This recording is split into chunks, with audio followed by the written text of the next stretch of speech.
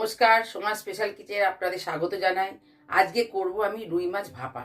চলুন দেখে নিই। এটা হচ্ছে টক দই, আমার ঘরে পাতা টক দই। এটা হচ্ছে নুন, এটা হচ্ছে সর্ষে কাঁচা লঙ্কা আমি বেটে নেবো। এটা হচ্ছে চিনি, এই পোস্তটাও আমি বেটে নেবো। এটা হচ্ছে মাছ, আর এটা হচ্ছে সর্ষের তেল, আর এটা হচ্ছে চেরা কাঁচা লঙ্কা। এতে আমি নুন আর একটু চিনি দিয়ে দিলাম, দিয়ে এবার এটা আমি দিচ্ছি টক দইটা। এবার দিচ্ছি সর্ষে আর পোস্তটা বাটা।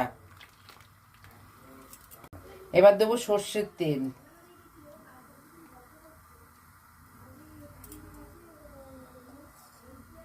সর্ষের তেলটাতে বেশি পরিমাণে দিতে হবে।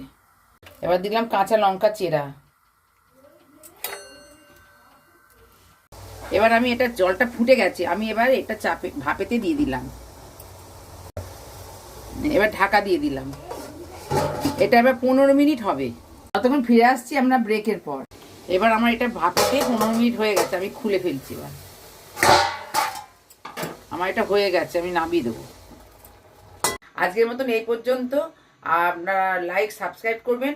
আর রুই মাছ ভাপা আমার হয়ে গেছে, চলুন দেখি।